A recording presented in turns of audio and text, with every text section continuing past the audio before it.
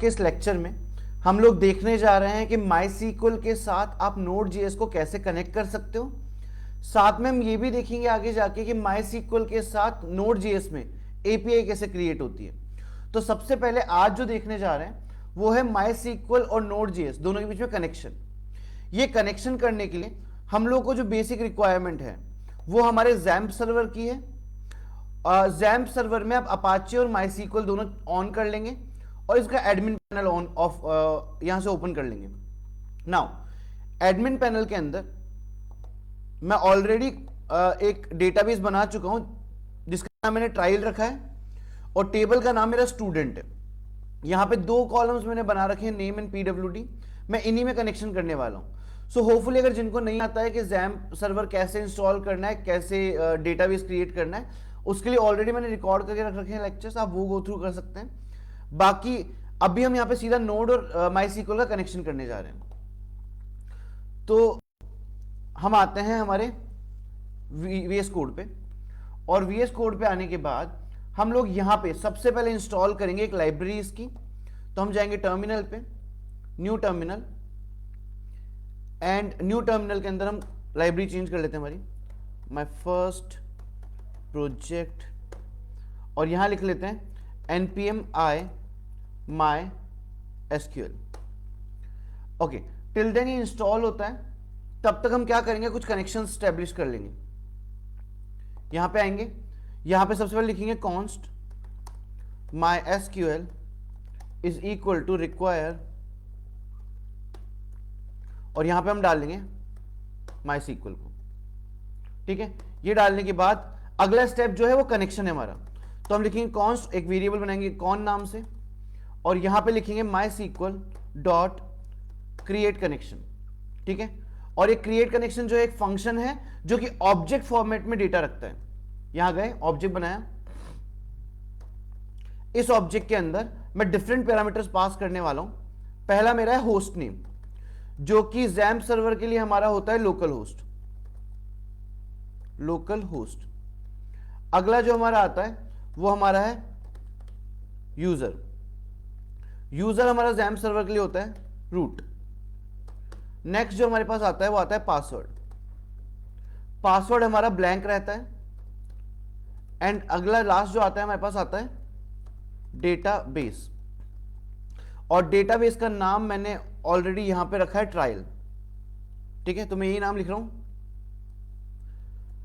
TRIAL। Perfect. So basically connectivity के लिए जो भी मेरे को पैरामीटर्स चाहिए थे, 4 parameters, host, user, password and database, वो चारों मैंने डाल दिए। नाउ नेक्स्ट स्टेप पे हम लोग मूव करते हैं कनेक्शन के आगे, कि अगर कनेक्शन हो जाता है तो इफ दिखाएंगे, नहीं तो एल्स दिखाएंगे। तो इस तरीके से हम यहां नीचे आएंगे और लिखेंगे कॉन डॉट, एक फंक्शन कॉल करेंगे जिसका नाम है कनेक्ट, और इसको पास करेंगे एक एरो फंक्शन के साथ। इस तरीके से कर दिया। अब एरो फंक्शन यहां पे होल्ड करता है एक वेरिएबल जिसका नाम है एरर। ठीक है, तो मैं ERR ही लिख देता हूं। यहां पे जाएंगे और लिखेंगे इफ अगर कोई एरर आती है तो हम यहां करवा देंगे कंसोल डॉट लॉग और डाल देंगे यहां पे एरर। और अगर एरर नहीं आती है, इन दैट केस हम यहां पे प्रिंट करवा देंगे कंसोल डॉट लॉग कनेक्टेड। इस तरीके से। सो वापस से स्टेप्स बता देता हूं। पहला स्टेप माईसीक्वल इंपोर्ट करो, सेकंड स्टेप कनेक्शन क्रिएट करो, थर्ड स्टेप चेक करो कि कनेक्शन हुआ है या नहीं हुआ है। अब अगर आपका कनेक्शन सक्सेसफुली हो चुका है तो आप यहां पे एक क्वेरी डाल सकते हैं। क्वेरी डालने के लिए हम लोग आएंगे नीचे और लिखेंगे कॉन डॉट क्वेरी, और ये एक सीक्वल क्वेरी है। मैं लिख रहा हूं यहां पे सेलेक्ट स्टार फ्रॉम, और टेबल का जो मेरा नाम था, टेबल का नाम मेरा स्टूडेंट, तो मैं स्टूडेंट टेबल का नाम यूज कर रहा हूं यहां पे, सेलेक्ट स्टार फ्रॉम स्टूडेंट। और ये वाला जो फंक्शन है क्वेरी नाम का, ये भी 2 वैल्यूज रखता है। दूसरी वैल्यू जो है वो एक एरो फंक्शन है, इस तरीके से। ठीक है, और इसके पैरामीटर के अंदर 2 पैरामीटर्स होते हैं, एरर और रिजल्ट। अगर एरर है तो एरर दिखाएगा, नहीं तो आपको दिखाएगा रिजल्ट। कंसोल डॉट लॉग, और यहां पे मैं कुछ ऐसा करवाता हूं, रिजल्ट कॉमा, और यहां प्रिंट करवाते हैं रिजल्ट नाम के पैरामीटर को, इस तरीके से। ठीक है, अब यहां जाते हैं और नोडमोन चालू कर लेते हैं, index.js। तो हमने रन किया।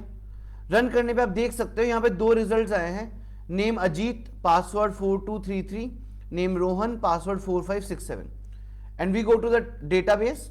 तो आप देख सकते हो ये डेटा यहां पे लेके आ चुका है। तो हमने इजीली काम किया है, सिर्फ हमने MySQL का कनेक्शन स्टैब्लिश किया है किसके साथ, नोड के साथ। 4 बेसिक स्टेप्स, पहला MySQL रिक्वायर करो, दूसरा पैरामीटर्स डाल के MySQL कनेक्ट करो, तीसरा चेक करो कि कनेक्शन हुआ या नहीं हुआ, एंड लास्ट स्टेप आप जो भी आपकी क्वेरी है वो डाल सकते हैं। So this was all about connecting Node.js with MySQL। Thank you so much.